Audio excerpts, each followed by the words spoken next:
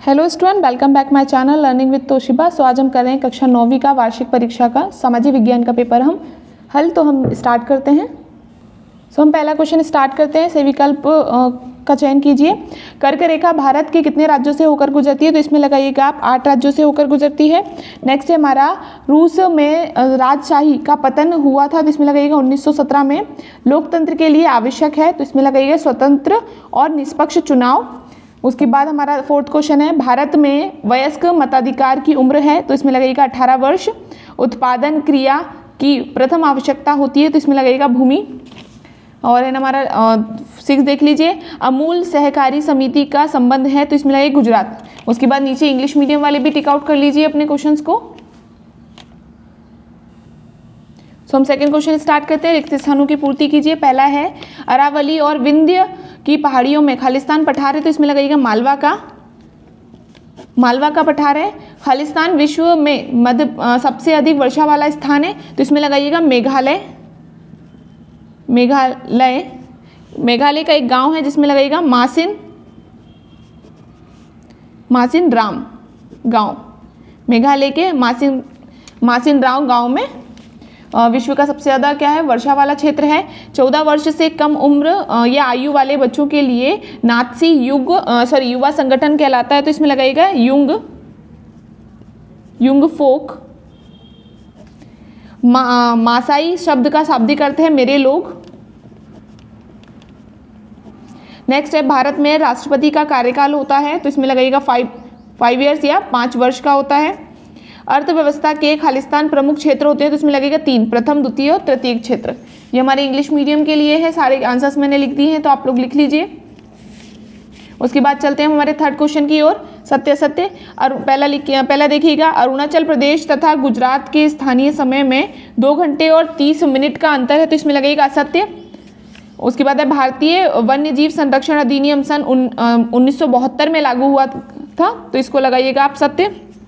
Third है, स्थानांतरित कृषि को झूम कृषि भी कहते हैं, इसमें भी लगाइएगा सत्य। भारत दुनिया का सबसे बड़ा लोकतंत्र है, तो इसमें भी लगाइएगा सत्य आप। फिर देखिए, भारत देश 1956 में स्वतंत्र हुआ था, तो ये लगाइएगा सत्य। 15 अगस्त 1947 में आज़ाद हुआ था। प्रत्येक व्यक्ति एक कीमती राष्ट्रीय संसाधन है, तो इसमें भी लगाइएगा सत्य। तो हमारे बाकी के ट्रू फॉल्स इंग्लिश मीडियम वाले भी देख लीजिए। ये आपका पहला फॉल्स है, दूसरा ट्रू है, तीसरा ट्रू, फोर्थ नंबर का भी ट्रू है, फिर फॉल्स और ट्रू है। क्वेश्चन नंबर 4 देखते हैं हम। सही जोड़ी बनाइए। तो सही जोड़ी में सुंदरवन डेल्टा है, तो इसमें लगेगा पहले का पश्चिम बंगाल। दूसरा है, जनसंख्या की आधिकारिक गणना क्या कहलाती है, आपकी जनगणना कहलाती है। थर्ड नंबर देखिएगा, फ्रांस की क्रांति, तो इसमें लगाइएगा आप 1789 ईस्वी में हुई थी आपकी फ्रांस की क्रांति। उसके बाद है अधिनियम का मतलब क्या होता है? अधिनियम किसी दस्तावेज का खास हिस्सा अधिनियम कहलाता है, 4th नंबर का। फिर है सरोजनी नायडू, तो ये उत्तर प्रदेश की राज्यपाल थी या है। उसके बाद है निर्धनता रेखा का मापन, तो इसमें लगाइएगा 100 नंबर का। उसके बाद आपकी इंग्लिश मीडियम के लिए है। सो हम ये बात भी याद रख सकते हैं, जैसे हमारे पास एक इंपॉर्टेंट क्वेश्चन हमें यहाँ मिल रहा है, सरोजनी नायडू जो थी वो प्रथम महिला राज्यपाल थी, तो आप इसको भी याद रख सकते हैं। उसके बाद हमारा क्वेश्चन नंबर 5 पे चलते हैं। एक वाक्य में उत्तर है, दोआब का क्या अर्थ है? दोआब का मतलब होता है 2 नदियों के बीच का क्षेत्र। 2 नदियों के बीच का क्षेत्र दोआब कहलाता है।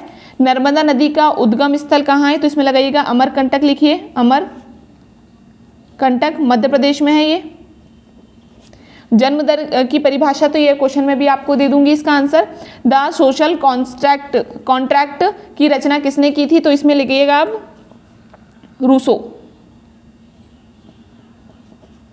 रूसो।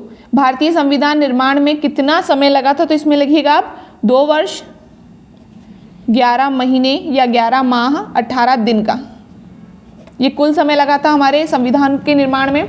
भारतीय संविधान में नागरिकों को वर्तमान में कुल कितने मौलिक अधिकार प्राप्त है? तो इसमें लिखिएगा 6। अब देख लीजिए आप इंग्लिश मीडियम वाले भी। सो हमारा जो एक वाक्य में उत्तर में क्वेश्चन नंबर हमारा तीसरा था, जन्म दर को परिभाषित कीजिए, डिफाइन बर्थ रेट। तो इसमें दोनों इंग्लिश और हिंदी दोनों में मैंने आंसर्स लिख दिए हैं, आप स्क्रीनशॉट ले लीजिए इसका। तो आप ये क्वेश्चंस देख लीजिए, आपका क्वेश्चन नंबर 6 से लेके आगे के क्वेश्चंस दिखा रही हूँ मैं आपको।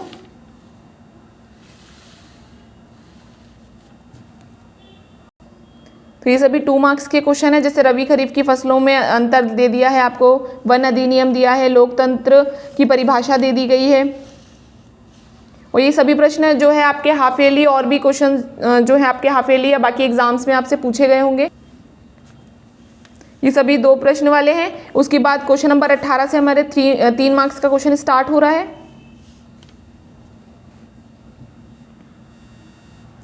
क्वेश्चन नंबर 21, 22 और 23 ये हमारे 4 मार्क्स के क्वेश्चंस हैं। इसमें आपको नक्शा मिलता है जिसमें आपको दर्शाने होते हैं, या तो आपको ये 4 नाम दर्शाने हैं या इसके अथवा के ये 4 नाम आपको नक्शे में दर्शाने होते हैं। Thank you for watching, like share and subscribe.